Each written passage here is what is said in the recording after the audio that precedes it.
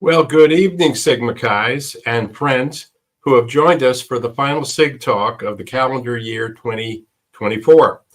I am Jim Cooper, Chair for SigTalks and member of the New York Metropolitan Area Alumni Chapter. I'll be partnering tonight with my co-moderator, Bruce Kastner of the Washington Alumni Chapter. We are compelled to apologize for being a few weeks late. November is the month of Veterans Day, and so we missed it with respect to a SIG Talk. That said, it's always timely to honor our veterans and their contributions and sacrifices for our country and our freedom. So this evening, we have one of the best possible Sigma Chi's representing our military and veterans. I am referring to Walt Cooner. This evening, you're going to learn about Walt's storied career in the armed forces and the Department of Defense.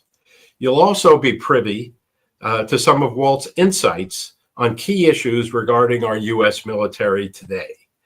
Now, that'll all be revealed in the next hour. But before we start, a bit about Walt as a Sigma Chi alumnus.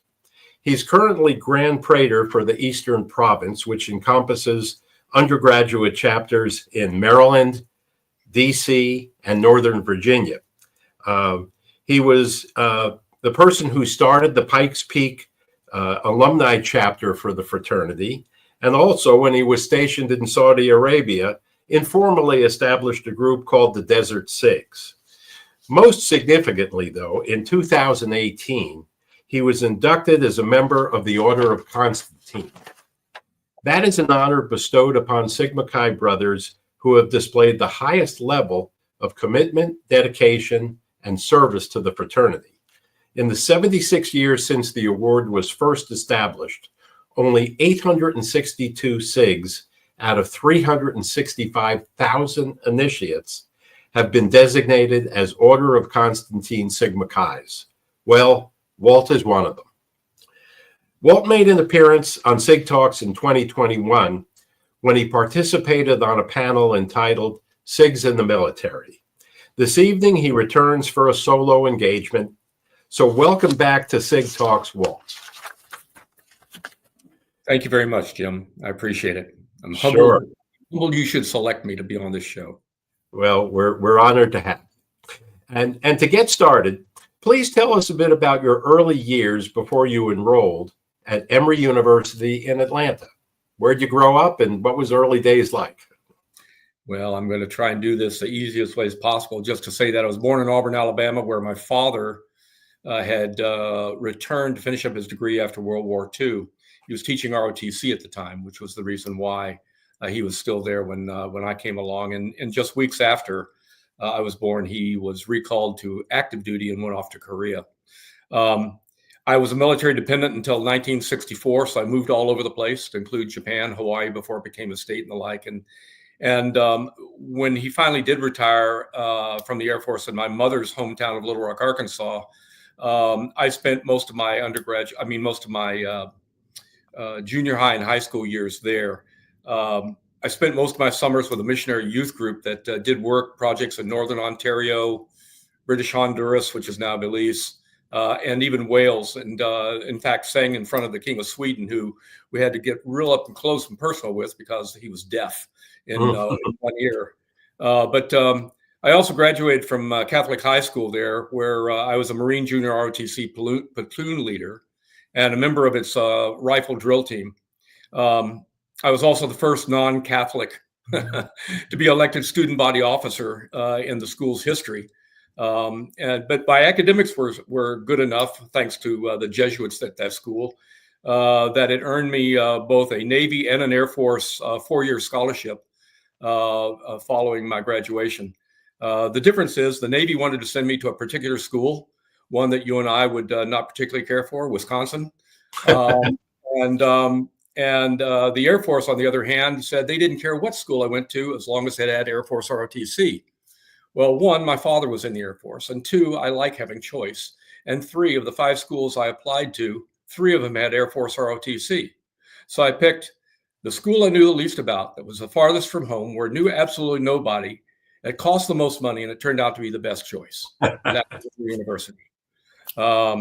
Little did I know that Emory had voted to kill ROTC. It was near the end of the Vietnam War, but they were men of their word. And because I had been admitted to the school, I joined the ROTC, which was 125 strong. My sophomore year was down to 75. My junior year, there were 12 of us. My senior year was only the 4 of us who had 4-year scholarships, and that's what we graduated with. Need I say, we did no marching my senior year. But you know, that was pretty much it. What I did leading up to Emory. Well, it sounds like a great early start to your life, and like you were a good academic performer. I know Emory is a school with a very high standard, so you must have been a good student.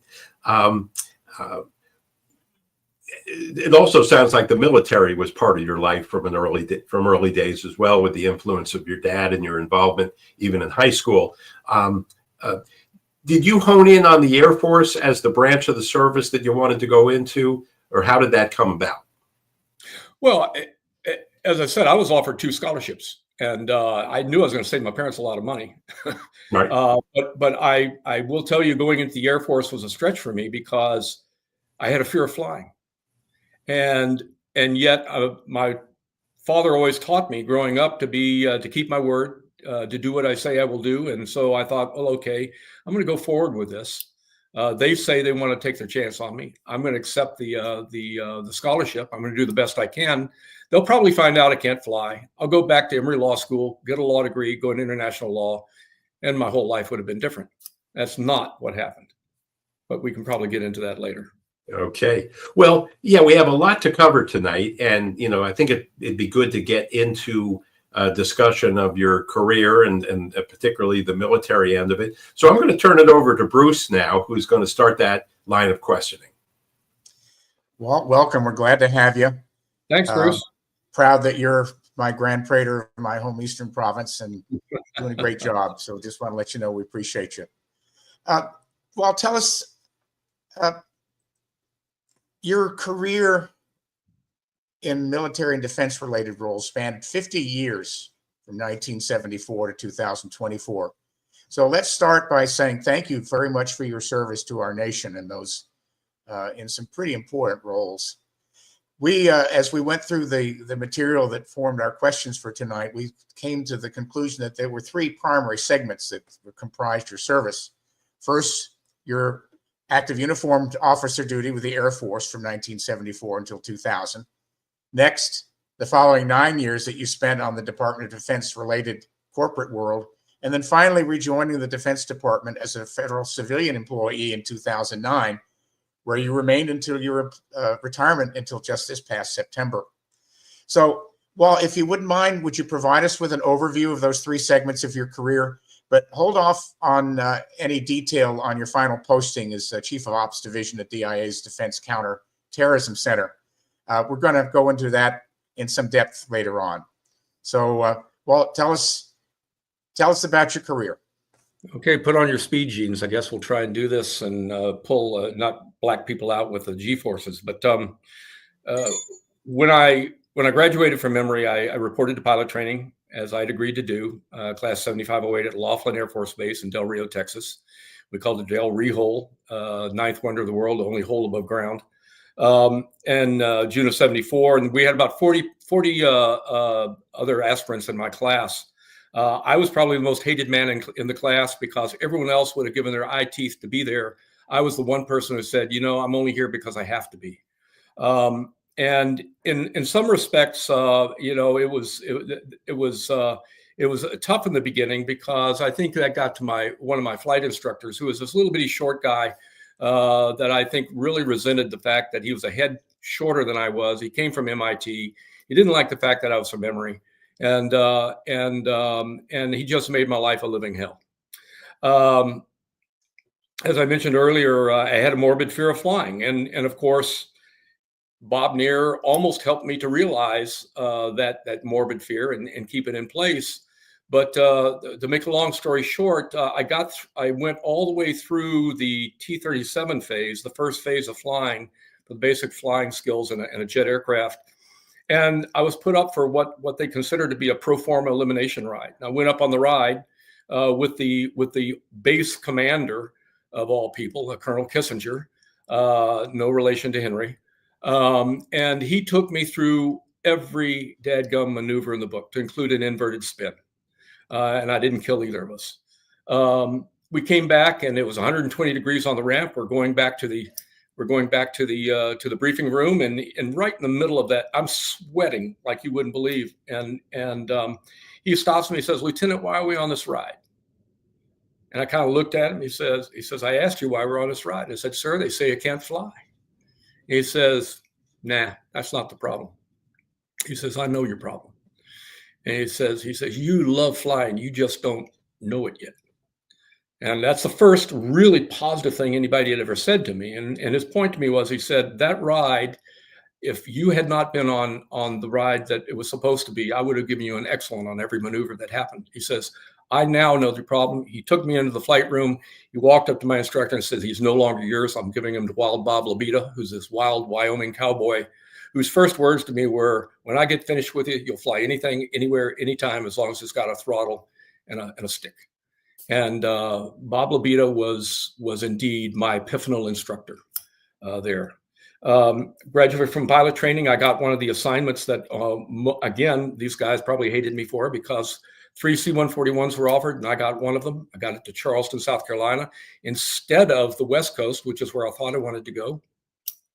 And I flew I made it all the way through there for the next 5 years. I logged 6,000 or 7,000 flying hours, mainly because I was a bachelor and I'd fly anytime, anywhere, so all the married guys could stay home during holidays.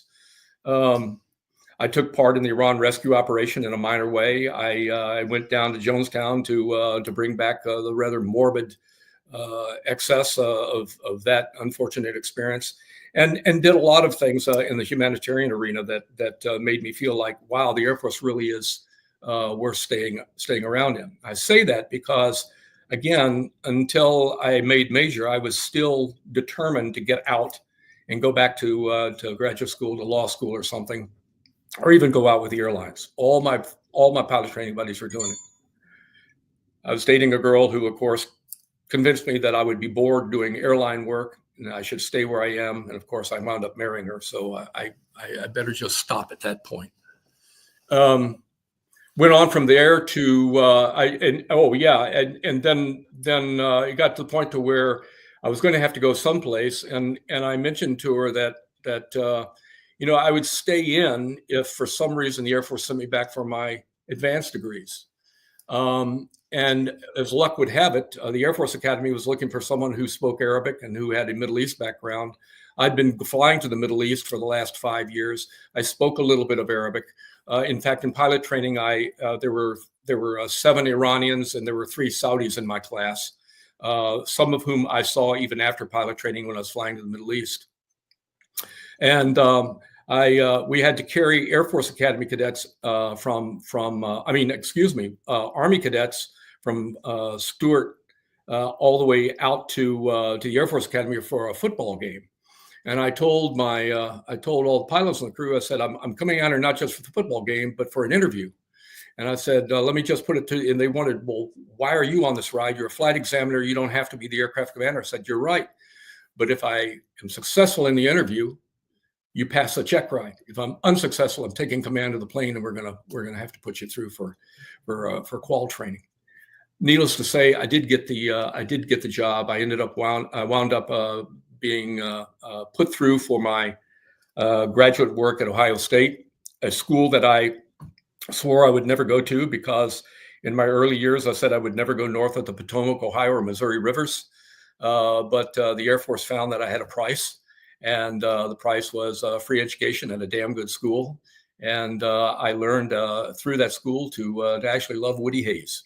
In fact, Woody Hayes was there teaching just before he became emeritus. He taught a course of military history, which was the most unique military history course I've ever taken, because he taught it like a football game. Anyway, go on from that, graduate from there. I wound up going to the Air Force Academy as a professor of Middle East studies and also military history and leadership training. and flew the Twin Otter for the Air Force Academy jump team during football games and bowl games and the like. Because of my Middle Eastern skills, though, I was picked up as the defense or as the assistant air attaché to Saudi Arabia. Went out there, spent two wonderful years in the desert. I wasn't sweating it because it was so darn dry. And then was called back to the Pentagon right about the time the first Gulf War broke out as the advisor to the Chief of Staff of the Air Force for Middle Eastern affairs. And in essence, I was his briefer for throughout the first Gulf War. Following that, I was reselected for another attaché assignment, this time not as a mere air attaché, but as the defense attaché to the Sultanate of Oman. Went out there and had a wonderful time with wonderful people. In fact, Oman, I'm convinced, is probably one of our best friends in the region. We don't give them enough credit and enough love, and we should. Came back to the States to yet another tour. This time out at AFSAC in Dayton, Ohio, where I was the director of foreign military sales for the Air Force. $11 million in pass through every year, and up to $1 billion in revenue for the Air Force, with 77 foreign governments that were considered our quote friends at the time. Some of those have changed over the years, and to which I'm very regretful, because they were some of my favorite counterparts. Following that, that was my last assignment in the Air Force. As a matter of fact, I retired from there on New Year's Eve, 2000, and then went off and went into the corporate world for a brief time as a vice president for international marketing for a aftermarket military sales and a refurbishment company out of McLean, Virginia, as a matter of fact. But that was very short-lived. The company itself finally got to the point where it asked me to do something that was not in line or not in comport with my sense of ethics, and I walked away without even having a job lined up. Fortunately, Rand Corporation remembered me, and I got a fortuitous phone call. They needed somebody to go to Qatar with them and redo the entire Qatari defense plan. I went out there with them to Education City, as they now call it, and spent a lot of time with them. In the meantime, I got picked up by another intelligence agency that will go unnamed to help them out with some things in the Middle East. And it was about this time that I took part in the Saddam Hussein trials. In fact, I was there during the trials with a group called the Regime Crime Liaison Office. It was a multi-agency group. I was essentially there to make sure they all played nice, because I was considered to be the sort of the middleman in all of that, and they did for the most part. But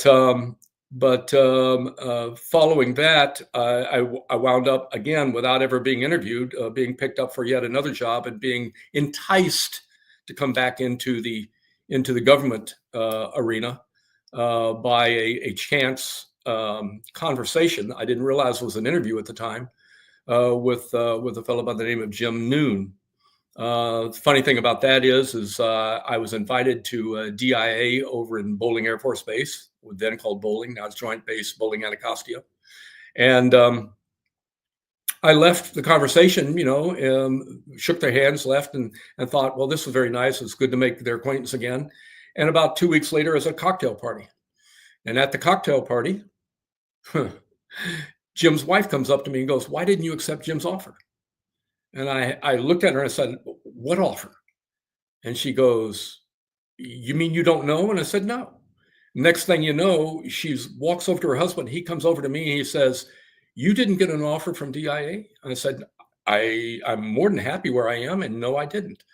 He said, "Give me 24 hours.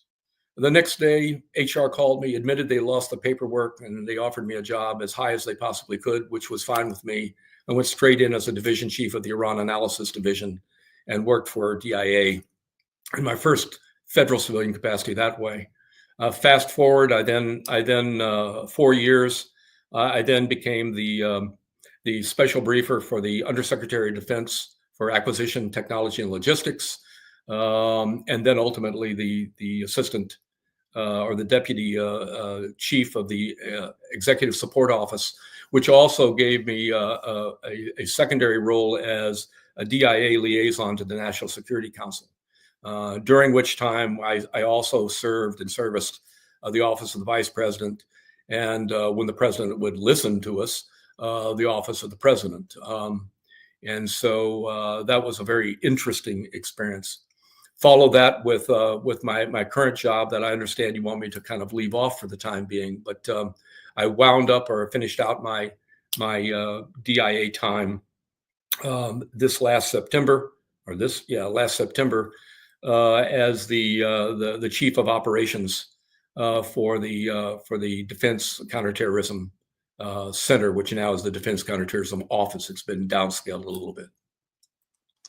That's quite a resume, Walt, and great story as well. I'm sure there's much that we could glean from all of the stories within the stories within the stories, but unfortunately, we don't have that kind of time tonight.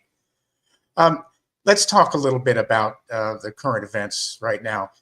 How would you characterize the way the military is normally impacted with the transition of a new presidential administration? Are there many policy changes that you anticipate starting in 2025? And how do you think that those will affect the military in general? Bruce, you're asking me a question that's really hard to answer. And I'm not trying to sidestep the question, because especially with the current inbound administration, the previous one, I would have been able to say, I don't think there's going to be a whole lot of change. I don't think there's a lot that the military has to worry about, and there may not be for your average military officer enlisted man with this incoming administration as well. But there's always the threat of changes to pay and benefits, changes to the number of forces in uniform, to the promotion rates. And so many other factors that might seem small in one way or another, but to the average military officer or enlisted man is a big deal.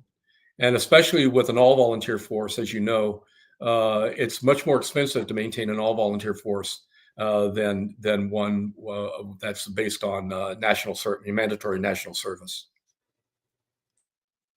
But one of the current events thing that's going on right now, of course, is the cabinet confirmations, and of course, the Secretary of Defense nominee has been considered to be a controversial person for a lot of different reasons. Many of which is that he was never above a mid-grade officer. But in your opinion, how do you feel that the career military officer, as a career military officer who worked in the Pentagon, what do you think are the essential experiences and leadership characteristics that are required to be a competent and effective Secretary of Defense?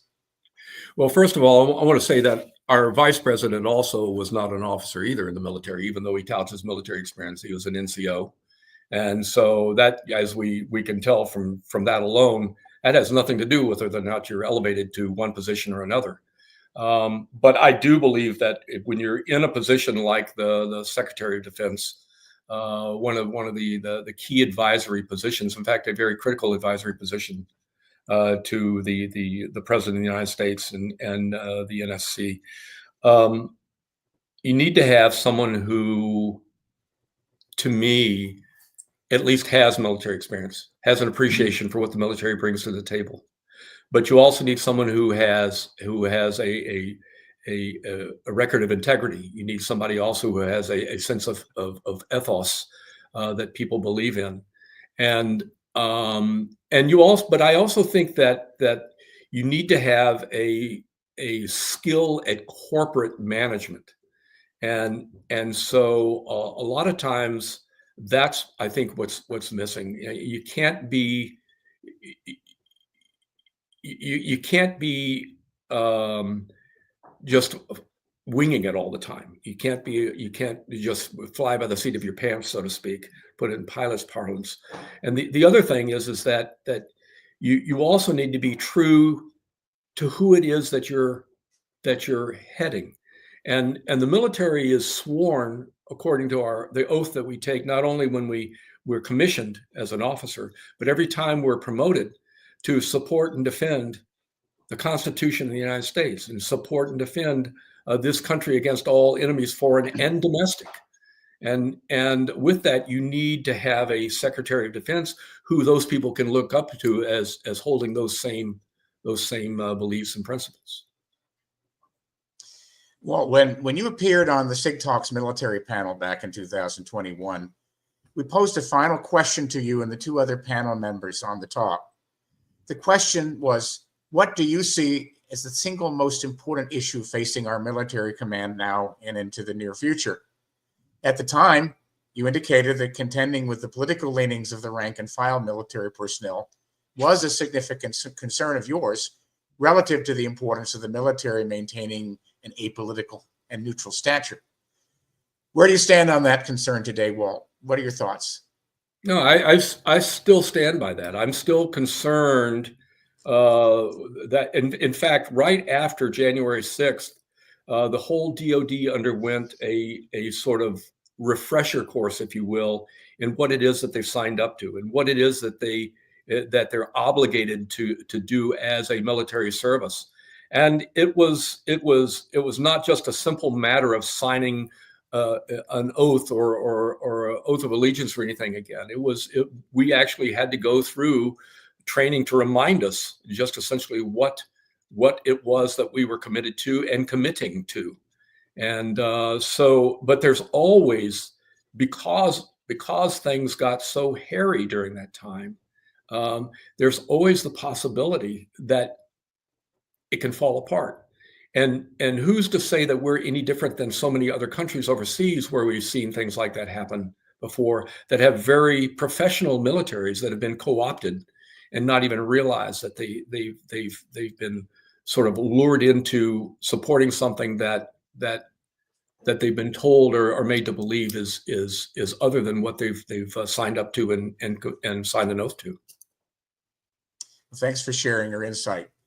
Jim, back to you.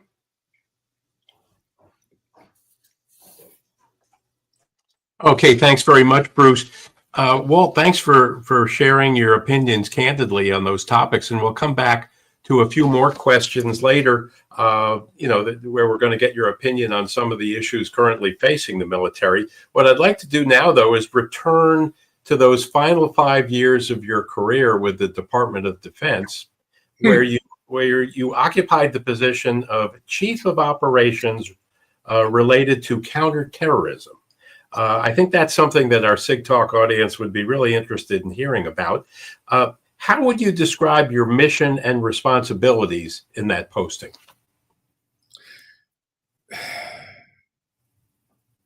Well, the essence of it was that our job was to prevent another 9/11. Our job was also to provide U.S. policymakers and combatant commanders with the best intelligence analysis and early warning on foreign terrorist threats to the United States interests, both abroad and to the military personnel worldwide, to include even here in the homeland.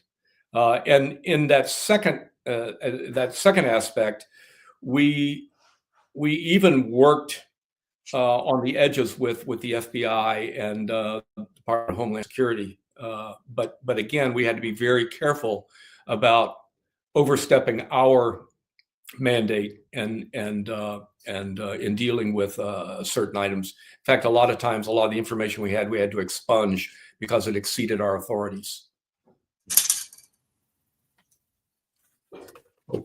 Now, I was going to ask you some questions about how did you acquire the information necessary for the kind of briefings you had to do in that role, but I realize, that is probably going to get into methods, and as you've indicated to us earlier, you had signed off on, a sworn confidentiality on those kinds of things. So we can't really talk about those tonight, but when you were involved with doing these intelligence analysis briefings, who was it that you were doing the briefings for, and what in turn did they do with that information? Well, our primary customer are the senior decision makers within the DoD and also in the executive branch of the government and the Congress. We would send people to congressional hearings and congressional meetings to the closed meetings for Senate. And I would explain to them how we came about certain information and why we believe certain things to be true, and how it might impact their own legislation, their own decision making, and the like. But usually our information was to combatant commanders, senior policymakers, and the higher levels of the U.S. government when it came to military matters. The civil matters and the like were left to other agencies within our government. But we had to be very careful, and a lot of times I had to have a nexus that was based on terrorism, because the whole thing is embedded in our name, the Counterterrorism Center. We were there to preempt or to minimize the effects of terror and terrorist organizations worldwide. And I'm sure that's something that's still and will be forevermore a concern for us in the military in the U.S. Well, in the process of that work, can you recall someone in particular who was, let's say, one of your clients who was particularly challenging or discerning in terms of the information you were bringing, and what made them so? No, I think if you present the information properly, they're going to know where you're coming from. They're going to know what you're trying to convey. They won't always take our analysis, and that's what we pay them for. But if they don't, then they have to deal with the consequences of that. And I really can't think of anybody in particular, including some of the folks that people would expect to give us a hard time, who were particularly difficult when it came to briefing. I mean, my guys didn't have to brief Ronald Reagan, for example, who used to throw the briefers' cards back at folks and say, if you can't fit it on a 3x5 card, go back and figure it out and present it to me in a way where you can. That threw a lot of people off, and it changed. We did a lot of our what we call PDBs, which are presidential briefings that we used to give on a regular basis. And when it came to your own particular work on this, what was it that you had to do personally to make sure that the high standard was reached in terms of what was being presented and delivered to the people who needed it? Well, I was there to maintain the integrity of the work. I was there also to make sure that the people were maintained the proper currency, that we put the right people on target. A lot of times we were pretty short-handed too, because our mission, our folks aren't just here in Washington. We were constantly sending people abroad on special missions as well, and inevitably that's going to leave you short-handed. And a crisis that arises isn't necessarily sensitive to your problem. It's a problem that's still got to be satisfied. So sometimes it was also a matter of my looking over the crew, seeing who I've got available, who's got the best take on a particular problem set, and putting them to that task to prepare something in whatever time frame we're given to work with. Some projects are extremely time sensitive and like, I need it yesterday. Other projects, that they'll give you a couple days to maybe sometimes even a week. But it's something that's always got a clock ticking, and something that you always have to be mindful of. Because it sounds like you were the orchestrator of making the whole thing work successfully and bringing a lot of people together on it. I never viewed myself as the hero in this. The heroes are the analysts who worked for me. The heroes are the guys and gals who were up front, who I used to put forward and put in front of the senior policymakers, because I had confidence in them, and they themselves ensured policymakers had confidence in us. So, well, I think that's one of the characteristics of a very good leader. Bruce, there's a couple of more questions we had where we wanted to ask for Walt's opinion on current military issues. Why don't you take those over and finish up on that? Glad to do that. Walt, there's, of course, from administration to administration, the idea of what the strength of our military should be and what we should be prepared to do in case of crises of different kinds. How do you assess the current strengths and preparedness of our armed forces today? And what do you think would be required to maintain and build on those strengths? And as a bonus question, do you think that the incoming administration will see and act on these things? Bruce, it's a tough question to answer. Quite frankly, I have a lot of confidence in our military. The average or the typical American fighting man or woman, I think, still remains, for all of our foibles and all of our shortcomings, the best that we've got out there and the best that the world has to offer.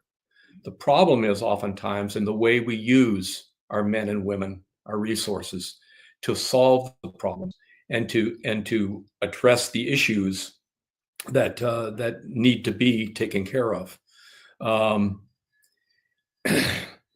As far as the new administration is concerned, I'm in a wait and see mode. I will tell you, because there are some issues that I think they're of a mind to put on the back bench that I think is a big mistake. And there are some that I'm really kind of eager to see them move forward with that I think are long in coming. So, but you and both know, with the incoming administration, it's hard to tell what you're going to get from that. And I have a lot of confidence in my colleagues who I left behind to be the information. Would you care to elaborate on some of those issues? To make sure. I'm sorry, we're having a bit of a fluctuation on our signal here, and I didn't mean to walk over you. But the point that you made earlier is some things that you would like to see brought to the front burner, and some of the things you care about going on the back burner. Would you care to elaborate on those? No, I really don't. Well, yeah, I'll tell you one. I think it's a big mistake to throw Ukraine out the window. Ukraine is critical, and I see what you mean. Now I've got the black dot. I think that's very short-sighted in essentially putting them on the back burner and not giving them the support they need. We're already so deeply embedded, and it's not. We don't have time on this call to go into all the different aspects of that play into it. But if you want one that I think that's just my feelings. Okay, thank you, Walt. Appreciate that. Jim, you want to pick it up from here? I have one more, question in terms of your opinion, and it's a bit controversial, but there's been, of course, a lot in the news about what's going to happen relative to deportation initiatives starting in the new administration. And there's been discussion about the use of the military in some ways in those initiatives. What do you feel are the appropriate or not appropriate ways for the military to be involved with that? Again, that's a matter. The deal there is the magnitude of the problem. It depends on just how aggressive the administration wants to be with this, and what their timeline is with this. Typically, uniformed regular military forces tend to be used for protection of the United States writ large from foreign adversaries and foreign threats and the like, or to force project in such a way that we never have to worry about it reaching our shores. A lot of the domestic oriented issues are often handled within states by the National Guard. National Guards are set up to be under the control of the governor of the respective states. And for the most part, for instance, in North Carolina, when we had the recent disaster there in Asheville and a lot of places in the mountains were so terribly affected, it was the governor of North Carolina who threw his National Guard into action to help the people first and foremost, and then asked from others who willingly gave it. Can the U.S. military writ large be used for domestic issues? Yes, and it has been. I'll give you a case in point that's near and dear to my heart, and that is during the Eisenhower administration. Eisenhower sent federal troops to Arkansas, Alabama, and Mississippi to help ensure that desegregation of the schools in those places went a lot more smoothly than it could, would, or should have otherwise. And so there's just one example of U.S. forces being used for domestic purposes, when a lot of people think, well, it could have been handled by the National Guard, and yet Eisenhower thought that there needed to be other forces involved to make sure that that things got done. They're also early in or following the American Civil War, the military was used for a lot of civil actions and a lot of domestic issues. Some of it, of course, committing acts of genocide against indigenous peoples, and I don't want to get into that, but also just chasing down a lot of folks who just didn't realize the war was over, if you will. And so we passed the Posse Comitatus legislation that essentially put a quash on that. But again, in all fairness to the government, when you look back that far from a history standpoint, you also have to realize that a lot of the troops that fought in the American Civil War were essentially National Guard troops. They were essentially, that's why they all have state names. So many of them have state names, 15th Alabama, 3rd Missouri, 4th Massachusetts, and the like, because they started out as state militia troops that were the governors then gave their respective governments the authority to nationalize, and did so. And so there is a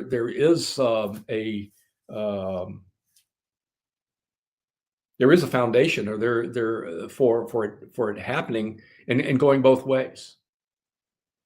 Well, Walt, thanks for your willingness to speak candidly on what is certain to become a controversial topic, and I think your answer is pretty intriguing, and says that a lot is to be determined over the next few months for sure. Okay, so we'll move into something a little less controversial now, kind of tying back to some of your Sigma Chi work. But going back to 2013, when you became chief of the National Security Support Staff, you were also elected to serve as Grand Praetor for the Eastern Province, a position you still hold today. Now, both positions require a lot of time and energy and are demanding. How did you manage both of these responsibilities simultaneously? Well, you were cut out on a lot of it. I think you went into a do loop, but I think you were asking, how did I do the time with the National Security Council and ESO, as well as my role as Grand Praetor? Is that right? Both your DoD responsibility, which was a heavy responsibility, together with being elected Grand Praetor, which we know is energy consuming and time consuming as well. How did you manage both of them simultaneously? Well, it's just time management is most of it. But then again, it's also I'm very fortunate that in the Eastern Province I have a great stable of good talent, a lot of talented alumni who have pitched in, and I owe them a lot of credit to ensuring that the Eastern Province ran as well as it did, and still does run as well as it does during this time. I mean, I'm not going to take all the credit for it. I also I'm one of those Grand Praters who I have no problem calling a very talented assistant Grand Prater into action as well. And he shares some of that load when it comes to the things that I need to do within the province. And then, of course, for my paid job, because we all know the Grand Prater is not paid anything. Quite frankly, that's you do what you must do, and you take as much time as you need to take, and sometimes it's long nights and sometimes short nights. But every day that the job goes on, you only have 24 hours to do it in. And it's just a matter of playing smart. Yeah. Well, I guess you have to give up a little sleep at times as well. I've got a spouse, but who's willing to let me go out and do these things and still stay with me. So that's great. I owe her. Important to have a good partner at home. And having been a Grand Prater for more than 10 years now, what is it you feel is the greatest value that a Grand Prater can bring to the undergraduate chapters in your province? Well, I think a lot of them are probably shocked that this old gray-haired guy is still standing up in front of them and is still devoted to Sigma Chi, its ideals, the seven lights, and the like. I think it's the experience that I bring to the table. It's the why of that, depending on what the question is, as to why they should take things seriously, as to why there are certain things that we ask them to do and not to do. And I'm able to help them learn from my experiences and mistakes by sharing with them some of the consequences that I experienced, and consequences that they perhaps will too if we don't get it right. And together we're a team.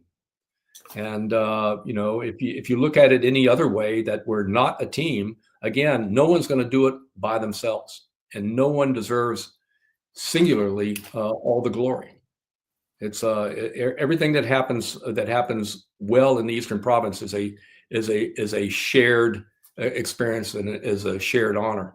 And I'm really proud of the guys that served with me. A lot of good lessons there for our young guys, and it sounds like you are always doing your best to keep them on the right path. So, Walt, one of the things I read about you, it's a quote attributed to you. I think when you were possibly being interviewed at EMORY, and the quote goes along these lines: when the unexpected does appear, the key to success is how you respond to it. Whatever your response, you take a risk, but risks are also opportunities. Can you relate that to one of your own experiences where you had both a heavy risk but an opportunity at the same time, and what you learned from that? Well, I mean, do you want a collective one, or do you want a personal one, or how do you want me to? How do you want me to? A personal one, where something was, put in front of you that you had to deal with, and it had risk to it, but you also ultimately saw it as an opportunity.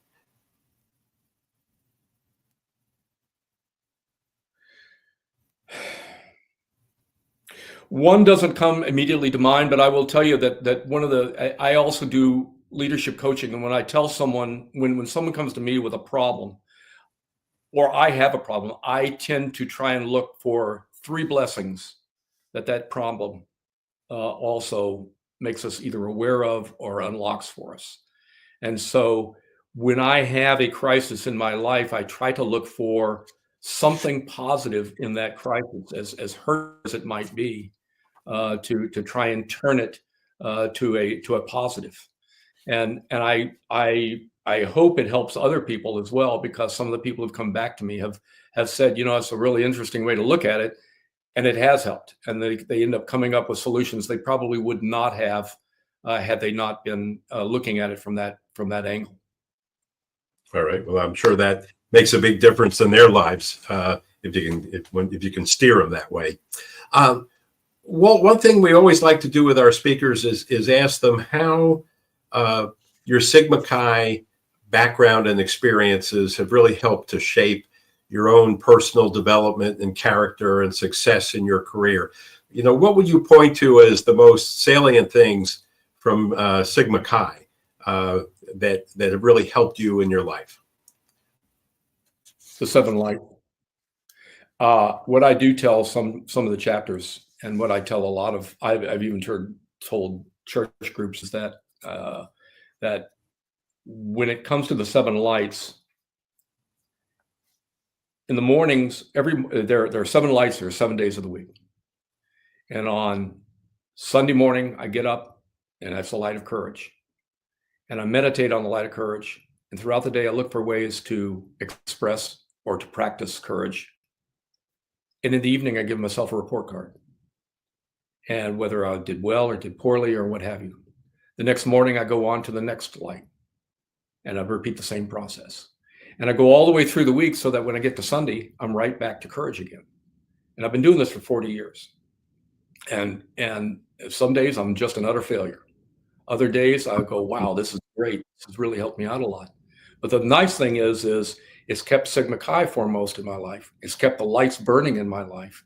And it's also given me a guidepost, if you will, to continue to be a person who has a sense of principle, has a sense of direction, has a sense of compassion for others, and also does what he says he will do. Well, that's a fantastic explanation of Sigma Chi really playing a very significant role. And I love the idea of the repetition of it as well, and the focus of each day. So we'd also like to ask, what piece of advice would you have, what you think would be the most important piece of advice that you would give to our current undergraduates and the ones who have recently graduated when it comes to successfully developing their respective careers?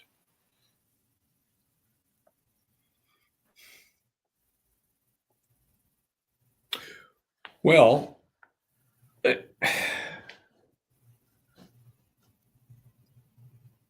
strive to be the best that you possibly can at whatever job you're saddled with in your current position, and master it. And practice servant leadership in the process as well. You see someone else struggling in their job, if you can find the time or make the time, lend a hand to them as well. And you know, I hate to sound like a Marine, but it's, or an Army officer or any of the other services, but be the best that you can be at any job that you're embarking on, or any task you're embarking on, and try and be a light for others. Well, I love that idea of trying to be great at whatever you're doing at that time. You know, it may not be the thing you want to do forever, but it's I think the key to moving on and further developing your career and opening up other opportunities. So one last thing for you. So you have retired from your position at the DoD for a few months now. What are you doing with all this discretionary time that you now have? Are you enjoying it? And what do you see as your continuing involvement with Sigma Chi? I challenge you to ask my wife about discretionary time. My answer would be, what discretionary time? Actually, I've had some problems with my eyes for several years that I haven't been able to take care of, and so my ophthalmologist and I have been working on that. I've also been turning my attention more fully to a family timber business that has been another one of those things I've done on the side and had to practice time management on. I'll probably be going to Arkansas to tend to that more often than I have been. Off the alarm clock on a regular basis, so that I don't have to worry about getting up and I don't have to interrupt the sleep cycle. Well, I can appreciate that too. I'm retired as well, and I feel exactly the same way about that. But it's good to hear that you're going to get involved with some things that may be a little different than where you were concentrating your time before, and to enjoy life in that respect. But we are really glad to have you continue your role with Sigma Chi. The fact that you're an Order of Constantine member, says a lot about what your dedication has been. So I'm going to ask our producer now, James Hefner, if we have any questions from the audience for Walt, because we're nearing the end of our time. No questions at this point. I think we covered a lot of ground, so I'm not surprised. Walt, can't thank you enough for your participation here tonight on SigTalks. It was great having you as a guest, and I think we all learned a lot from both your storied background as well as your insights and opinions on matters pertaining to today's armed forces. I'm going to mention this. I know Walt probably would like it, but if you Google Walt Cooner, you can find a recording of his acceptance speech for his Order of Constantine Award, and I listened to it, and it's very inspiring. So I would recommend it to you if you want to learn a little more about Walt as well. Lastly, would like to mention that we have our January 2025 SIG Talk scheduled for the 16th of January. We're going to have Richard Hume, who was recently retired as the CEO of a company called TD SYNNEX. It may be the largest company that you're not that familiar with. They are an IT aggregator business. And in 2023, they were number 68 on the Fortune 500 list in terms of revenues, with revenues of over $22 billion. So Rich is a significant SIG and has agreed to join us to talk about that industry and his experiences as a CEO. So please tune in on January 16th for our next SIG Talk. With that said, Bruce, thank you as always for your partnership in co-moderating. And Walt, again, we were really pleased to have you, and happy holidays to everybody, whatever you happen to celebrate. You bet. Same to you. Good night. Good night.